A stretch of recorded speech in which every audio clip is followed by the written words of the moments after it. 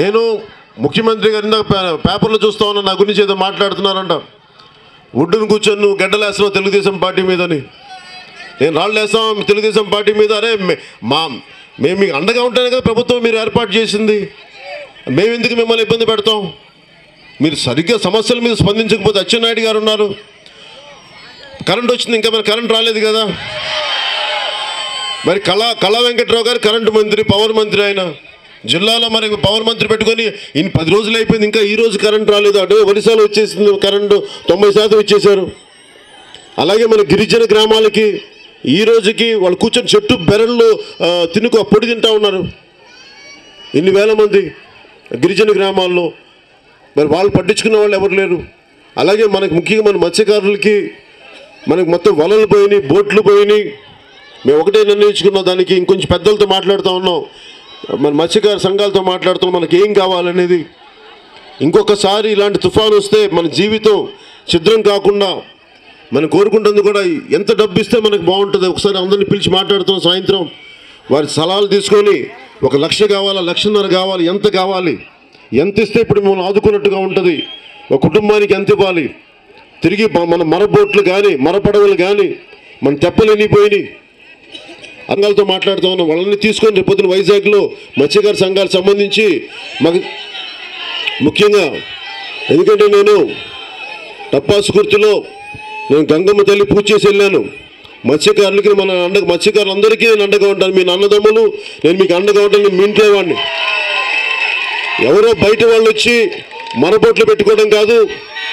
మీకు జనసేన ప్రభుత్వం 2019లో వస్తే మీరు కానీ అండగా ఉంటే మీకు మరబోట్లు, వలలు, శీతల గిడ్డింగ్ అంటే మన చేపలు పట్టుకుంటే వేట పట్టుకుంటే ఎక్కడికో చిన్నపాటి గిడ్డింగులు పెట్టుకోవచ్చు. మనం 20 లక్షలు కూడా పెట్టుకోవచ్చు. అన్నీ అంత పెద్ద కోట్లు పెట్టాల్సిన అవసరం లేదు.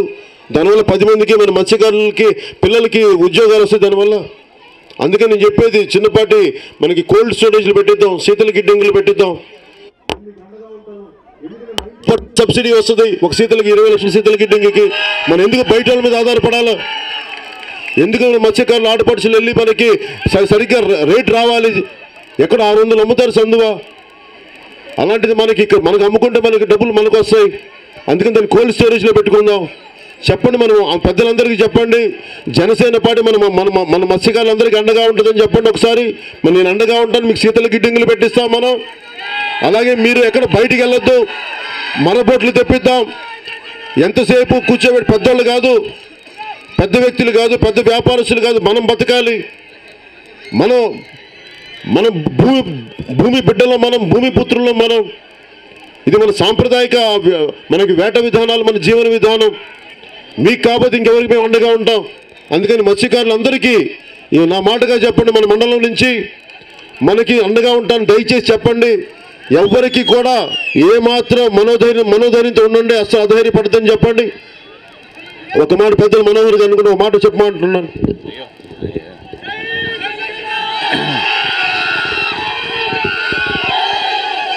దాదాపు 5 రోజుల నుంచి శ్రీకాకుళం జిల్లాలో ఇటువంటి విపత్తు కని వినిరిగిన రీతిలో వచ్చినా కూడా ప్రభుత్వం నుంచి మీకు తగిన సహాయం అందిందా లేదా తెలుసుకుందామని, అదేవిధంగా జాతీయ స్థాయిలో ఈ సమాచారం తీసుకెళ్తేనే మీకు న్యాయం జరుగుతుందనే నమ్మకంతో మరి పవన్ కళ్యాణ్ గారు 5 రోజుల నుంచి విస్తృతంగా పర్యటిస్తున్నారు. అందులో భాగంగా మీ సమస్యలు తెలుసుకోవడానికి ప్రత్యేకంగా మత్స్యకారులకి ఒక మంచి విధానం తీసుకురావాలని, మీ జీవితాలని మార్చాలనే ఒక మంచి సంకల్పంతో ఒక మంచి నిర్ణయం తీసుకుని ఈరోజు మరి మీకు ఆ భవిష్యత్తు గురించి మాట్లాడుతున్నారు. దయచేసి పెద్దలందరూ కూడా మీరు గమనించాల్సింది, ప్రభుత్వాలు సరైన సమయంలో ఆదుకోవాలి. ఇటువంటి తుఫాను వచ్చినప్పుడు ఎక్కువగా నష్టపోయేది తీర ప్రాంతాల్లో ఉన్న మత్స్యకారులు, వాళ్ళ కుటుంబాలు. అటువంటి కుటుంబాలకి ఆర్థికంగా అన్ని రంగాల్లో ప్రభుత్వం ముందుండి వాళ్ళకి సహాయం అందించాలి తప్ప ఎక్కడ కూడా వెనకడుగు వేయాల్సిన సందర్భం అవసరం కూడా రాదు. దయచేసి ఈ కార్యక్రమాలు మనం పార్టీలకు అతీతంగా చేసుకుందాం. జన సైనికులు నిరంతరంగా గ్రామాల్లో తిరిగి మీ అందరికీ కూడా పౌష్టికాహారం కానివ్వండి, మంచినీటి సౌకర్యం కానివ్వండి, లేదా వైద్య సదుపాయాలు కానివ్వండి అందిస్తున్నారు. రాబోయే 4 రోజుల్లో కూడా ఈ కార్యక్రమాన్ని ఇంకా విస్తృతంగా చేస్తారు. ప్రతి గ్రామంలో ప్రతి ఇంటికి వచ్చి ప్రతి అందరినీ కూడా ఆదుకునే విధంగా జనసేన పార్టీ మీ తరఫున నిలబడుతుంది. అది మీరు గుర్తుపెట్టుకోవాలని మనం చేసుకుంటూ మీరు దయచేసి అధైర్యపడబాకండి. కామెంట్ చేయండి. ఎప్పటికప్పుడు మా వీడియోస్ చూడాలంటే సబ్స్క్రైబ్ చేసుకోండి.